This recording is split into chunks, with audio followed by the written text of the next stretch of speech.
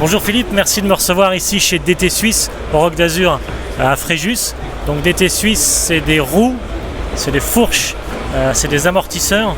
On va parler un peu de roues aujourd'hui. DT Suisse, c'est un standard, c'est une marque mythique, on la retrouve un peu partout.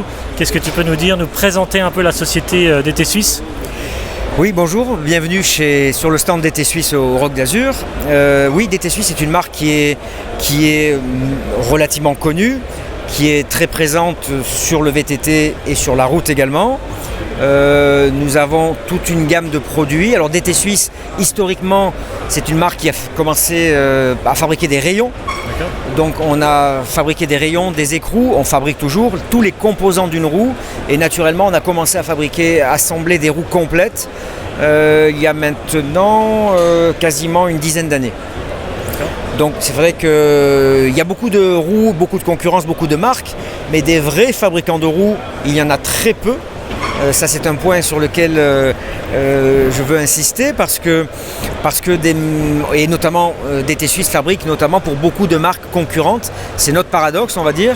On fournit des composants à beaucoup de marques qui sont concurrentes de la nôtre. Mais c'est comme ça, on va dire ce sont les méandres de la distribution et de l'industrie. Et ma foi, ça se passe pas trop mal. On a une gamme complète de roues. VTT principalement ici en ce qui nous concerne aujourd'hui, avec une gamme de roues qui va de à peu près 300 € prix public jusqu'à 3000 € quasiment. Donc on couvre tous les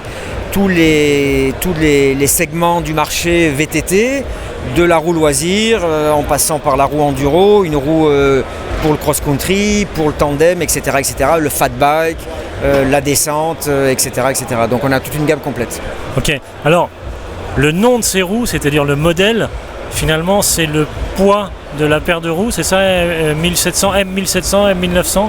Alors c'était effectivement ce qu'on appelle le naming chez nous, le lettrage et le chiffre correspond ou à un poids ou à un profil de jante. La lettre M, notamment M, c'est mountain, I c'est enduro, X c'est cross-country. Donc on a effectivement des lettres qui correspondent à des profils de jantes et des chiffres qui correspondent plus ou moins, parce que ça évolue, à des poids de jantes effectivement. Donc le poids de la paire 1700, c'est en gros 1700 grammes pour la paire de roues. En gros, parce qu'il faut affiner, parce qu'effectivement, selon les modèles, mais c'est vrai que c'est théoriquement, ça se rapproche du poids à peu près approximatif d'une jante, d'une paire de roues, oui, tout à fait. Okay. Alors on parle de poids évidemment, donc c'est vrai que le poids d'un VTT ça compte énormément, mais ce n'est pas uniquement le poids du vélo. Ce qui compte évidemment c'est l'effet gyroscopique, donc c'est bien sûr le poids de ce qui est en rotation, et je crois que ce qu'il y a de plus important sur un VTT, c'est le poids des roues, c'est également le rendement, l'efficacité, donc aussi la rigidité. Oui, le poids c'est un facteur prépondérant, mais ce n'est pas le principal, contrairement à des idées reçues. Et là, le marketing s'est emparé de certaines idées reçues et il y aurait beaucoup de choses à dire. On a une approche chez DT Suisse globale, c'est-à-dire le poids en lui-même ne veut pas dire grand-chose. Effectivement, comme tu le soulignais, ça dépend où il est placé. S'il est en périphérie de la jante, c'est une chose. S'il est au niveau du moyeu, c'en est une autre. Donc il y a effectivement l'inertie en rotation, mais il y a de l'inertie positive en rotation. Une roue plus ou moins, c'est pas les roues les plus légères qui sont les plus rapides, contrairement à une idée reçue. Alors c'est vrai que c'est vraiment une idée reçue dans le vélo, mais au final, qu'est-ce que veut le consommateur ? Une roue légère ou une roue rapide ? Et une roue fiable. Donc tous ces paramètres-là sont des critères déterminants dans la conception de nos roues, effectivement, mais seul le poids pris individuellement, ça n'a pas vraiment un sens, c'est indissociable d'autres paramètres. La rigidité, c'est un paramètre autrement plus, important que le poids en lui-même. Parce que si on a une roue très légère mais qui n'est absolument pas rigide, ça n'a aucun intérêt. Ok, alors quand on parle de rigidité, on parle d'efficacité, de rendement, etc. Mais c'est vrai que la rigidité, donc, elle peut être latérale, elle peut être verticale. Il y a une grosse différence par rapport à ces deux mesures. Oui, la rigidité, elle est principalement obtenue par la tension des rayons. Et on dit toujours chez nous, il vaut mieux un moyeu moyen, une jante moyenne et une roue bien rayonnée avec une bonne tension. Et là, on aura un produit au final qui sera plutôt très agréable à rouler et qualitatif plutôt qu'une roue avec un moyeu très haut de gamme, avec une jante très haut de gamme, mais si le rayonnage est mal fait, la tension n'est pas correcte, ça n'a aucun intérêt. Vraiment aucun intérêt, si ce n'est à se faire plaisir visuellement avec du beau matériel, mais au final, on aura une roue qui n'aura aucun rendement, aucune sensation. Et donc tout ça, encore une fois, si on prend individuellement ces paramètres-là, encore une fois, ils sont indissociables les uns des autres. Et donc c'est un ensemble, une roue, c'est un équilibre, c'est des parapluies, c'est une tension équilibrée, très important. Donc au final, voilà, tout ça, ce sont des paramètres, encore une fois, certaines idées reçues sont dans la roue, qui est un domaine un peu touchy, comme on dit. Il y a beaucoup d'idées reçues qui circulent, mais au final, il y a des fondamentaux et on n'en sort pas. Une bonne tension de rayon, ça assure naturellement une bonne qualité de roue. Quelle que soit au final la qualité du moyeu, même si c'est important, le roulement, etc. hein, il y a d'autres critères, qui rentrent en ligne de compte, mais la tension des rayons et la qualité des rayons, c'est capital dans une roue. Ok, alors en termes de rayonnage justement, le nombre de rayons, la forme des rayons? Oui, chez DT Suisse, on connaît parfaitement puisqu'on est un gros fabricant de rayons, un des tout premiers mondiaux, si ce n'est le premier mondial. Donc le rayon, les composants de roue, on connaît parfaitement.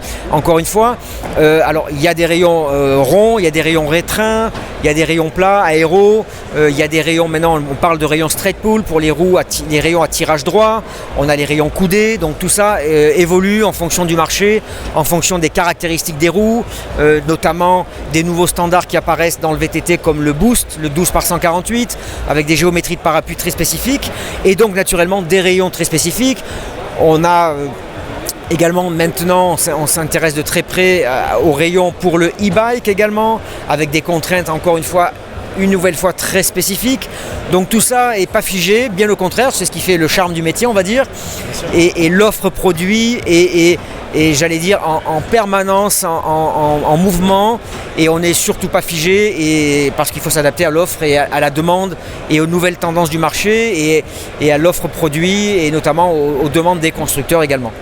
Donc alors en termes de diamètre, c'est vrai que ces dernières années, on est passé du 26 au 27,5, on est passé sur le 29, on vient maintenant au 27,5 plus. Est-ce que ça rapporte des contraintes? Est-ce qu'il y a un développement spécifique pour chaque format de roue? Est-ce que finalement on applique les mêmes règles et finalement on agrandit les rayons? Comment le cerceau est plus grand? Comment ça fonctionne? Oui, effectivement, il y a beaucoup de nouvelles tendances, de nouveaux standards, qui ne sont plus des standards d'ailleurs par définition, puisque c'est en perpétuel mouvement tout ça. Oui, alors il y a quand même encore une fois des règles, mécaniques. Effectivement, une roue 29, s'il y a trop peu de rayons et a fortiori qui ne sont pas tendus, on ne va pas avoir une qualité de roue acceptable. Donc effectivement, plus le diamètre de roue est important, plus la tension est prépondérante et le nombre de rayons également, selon les contraintes. Mais tout ça évolue parce que, encore une fois, avant, on était sur des roues systématiquement en 32 rayons, mais aujourd'hui, avec la qualité des cerceaux, la géométrie de flasque, etc., on arrive à des roues de qualité extraordinaire et de fiabilité dans le temps, avec moins de rayons que par le passé, parce que les matériaux évoluent, les techniques évoluent, la conception des roues évolue, donc c'est vrai que tout ça encore une fois n'est pas figé.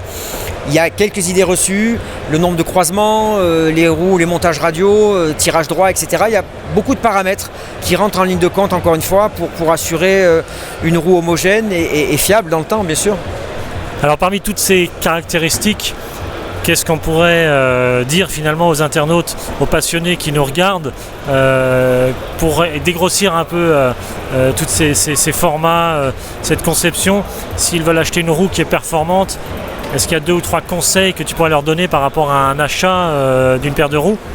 Oui, aujourd'hui la tendance, il y a une tendance de fond qui se dessine, c'est des jantes de plus en plus larges. Ça c'est clair. Aujourd'hui, on s'aperçoit que même en cross-country, les consommateurs demandent des jantes larges pour avoir des roues, notamment la polyvalence. Aujourd'hui, on a des produits, notamment chez nous, chez DT Suisse, on a des produits plutôt polyvalents, mais on a aussi des produits de niche pour des disciplines bien spécifiques. Mais encore une fois, le poids n'est pas l'argument le plus prépondérant. J'en veux pour preuve que nous avons été double médaille d'or aux Jeux Olympiques de Rio cet été. Nino Schurter en cross-country n'utilisait pas une jante à profil XC, mais une jante à profil enduro, XMC. Donc il n'a pas choisi la plus légère, il a choisi une jante, un profil supérieur, parce que justement il voulait de la polyvalence, il voulait un profil de pneu avec une motricité optimale, un grip optimal, etc. Donc aujourd'hui la tendance de fond qui se dessine, c'est des jantes un peu plus larges, effectivement. Le poids n'est pas forcément le paramètre prépondérant, moins que dans le passé. Il y a un passé récent. Donc oui, une jante large aujourd'hui, c'est ce que demande le consommateur. Donc même un crosseur pur et dur a plutôt intérêt à avoir une jante un peu plus large, lâcher quelques grammes, effectivement sacrifier quelques grammes, mais au final il ira plus vite. Donc il aura une roue beaucoup plus rigide, donc avec un meilleur rendement, donc une roue beaucoup plus efficace. Oui, c'est vrai, la tendance de fond qui se dessine globalement, c'est des jantes plus larges. Aujourd'hui, des jantes plus polyvalentes. On s'aperçoit que le critère poids, qui était une caractéristique prépondérante il y a encore très peu de temps, et n'est pas aussi prépondérante aujourd'hui. Les gens, les consommateurs, les utilisateurs veulent une roue plus polyvalente, plus rigide, parce que notamment le freinage, les suspensions, la partie cycle, tout ça est optimisé. Et donc c'est vrai que la tendance de fond, il vaut mieux avoir une jante un peu plus large aujourd'hui que plus étroite. Le pneu, le profil du pneu est beaucoup plus adapté, travaille beaucoup mieux, transmission au sol beaucoup plus efficace, grip, contrôle du vélo d'une manière générale. Oui. Okay. Merci beaucoup Philippe d'avoir répondu à mes questions ici sur le stand de DT Suisse à Fréjus, au Roc d'Azur. Merci beaucoup. Merci à vous. À très bientôt. Bonne soirée. Merci. Salut. Salut.